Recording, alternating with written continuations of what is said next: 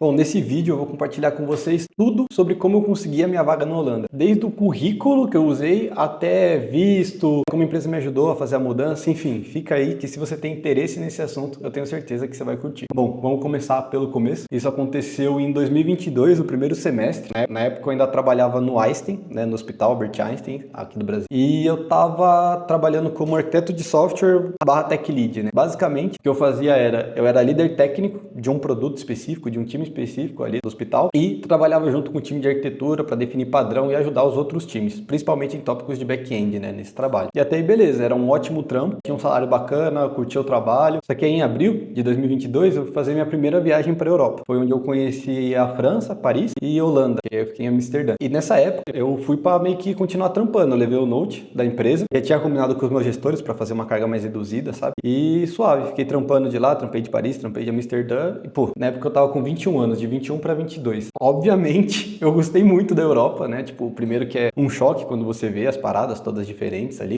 como tudo funciona diferente, basicamente. E também, enfim, os rolês foram muito massa, tá ligado? Curti bastante. Eu já tinha vontade, de trabalhar pra fora, de mudar do Brasil, principalmente. Eu sabia que tinha a opção de trabalhar remoto pra fora, mas na época eu queria ter essa experiência de morar fora. Fiquei lá alguns dias, meu LinkedIn ele já tava no jeito, então, esse seria o primeiro passo. Eu já tinha deixado meu LinkedIn e meu currículo em inglês. E aí eu fui no LinkedIn e abri aquele Open to Work. E se você não sabe, esse Open to Work você consegue definir os países que você tem interesse. Então, pô, eu tava Open to Work para alguns países. Os que eu lembro que eu coloquei era França, Holanda e Inglaterra. Acho que eu coloquei mais alguns que eu não lembro agora. E eu coloquei assim, um selo ali na foto do LinkedIn, E aí, tipo, na viagem mesmo eu comecei a receber alguns contatos já de algumas vagas desse país que batiam com o meu perfil e tudo mais. Comecei a achar interessante. Falei, opa, tô no jogo. Até que no meu último dia na Holanda, tipo, eu tava chegando no aeroporto, eu já tava no aeroporto, alguma coisa assim. Eu recebi a mensagem da vaga que eu acabei sendo contratado, que eu acabei indo pra Holanda, Que foi essa mensagem aqui. Basicamente, estava falando que era um novo desafio como desenvolvedor full stack com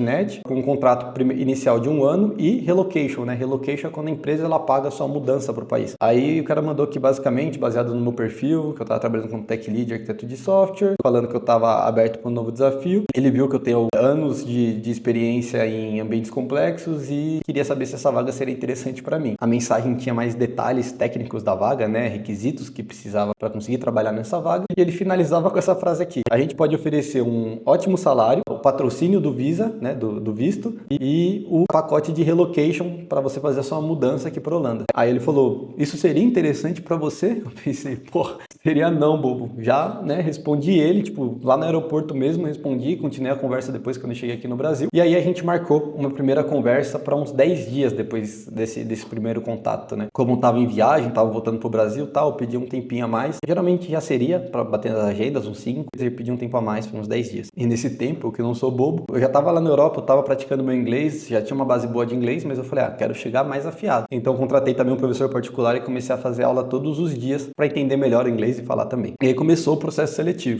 Mas antes de entrar mais a fundo no processo seletivo, um aviso rapidinho para você que quer começar nesse mercado da programação. Eu vou fazer um mini curso ao vivo e totalmente gratuito, que você pode participar, onde eu vou te falar o caminho para você entrar no mercado da programação, dar algumas dicas para acelerar esse processo e escrever umas linhas de código com você também. Então, para se inscrever, aqui na descrição tem o link, 100% de graça. E aí, continuando sobre o processo seletivo, eu vou dar uma resumida, vou falar todas as etapas, mas não vou muito no detalhe, porque ainda tem muita coisa pra gente falar nesse vídeo, eu não quero me estender muito. Mas basicamente foram as seguintes etapas. A primeira foi uma call com esse recrutador que entrou em contato comigo. Esse cara, ele tem uma noção técnica, inclusive, geralmente recrutadores não tem tanto, ele tinha uma visão bem boa técnica, Mas essa conversa não é tão técnica, ele quer entender mais sobre os desafios que eu tinha feito e, tipo, se as tecnologias que eu usava se alinhavam com aquela vaga. E eu conheci o perfil meio comportamental, pra ver se você, sabe falar inglês, se consegue se comunicar, se parece uma pessoa legal, pá. A gente fez essa primeira, aí passei, fui pra segunda. A segunda já era com time técnico, já era uma entrevista mais técnica. Veio o Tech Lead e o Dev Senior. Foi uma entrevista mais de, tipo, perguntas técnicas do tipo, como você resolveria X, como você resolveria Y. E também,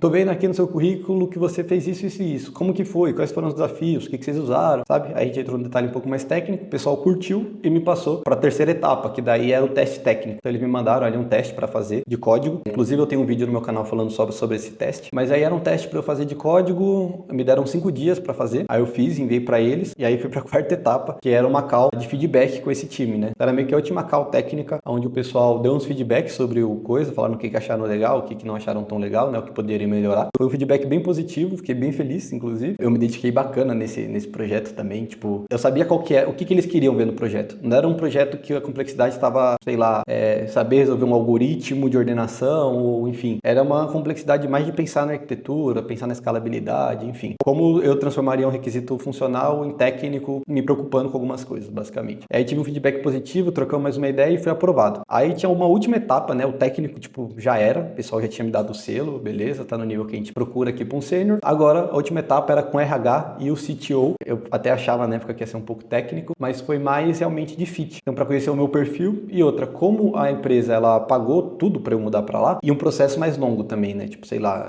do sim até eu mudar, eu vou falar um pouco mais desse processo, mas foi uns 3 meses. Então, eles queriam entender bem por que eu tava querendo ir pra Holanda, sabe, qual que são as minhas motivações, meu perfil, tananã. Se eu era casado, falaram que se eu fosse casado, tipo, eles conseguiriam arrumar o visto pra mulher também, né? Se eu fosse mudar com outra pessoa. Foi um papo bem suave. Aí veio a primeira oferta, e aí já falava de valores, tanto da realocação, quanto eles poderiam oferecer pra mim, quanto o salário e tudo mais. A realocação, eles ofereceram 7.700 euros, né, na real.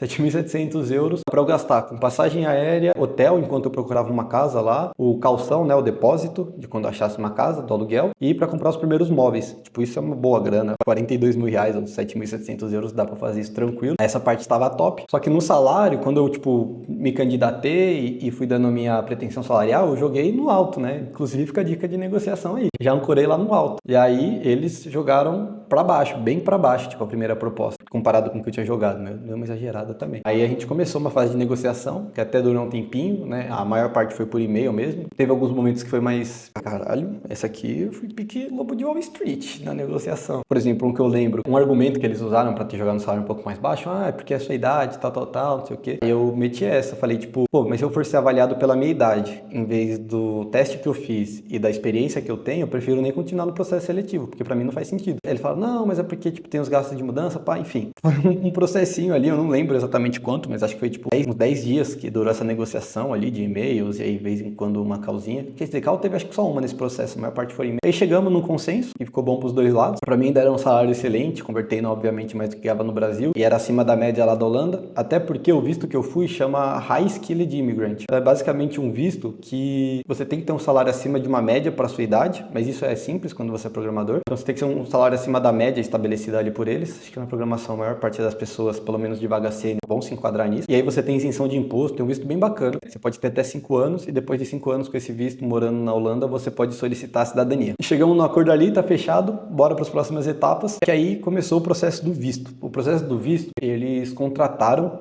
uma outra empresa para fazer essa burocracia de papelada, até por eles e por mim também. E nesse processo,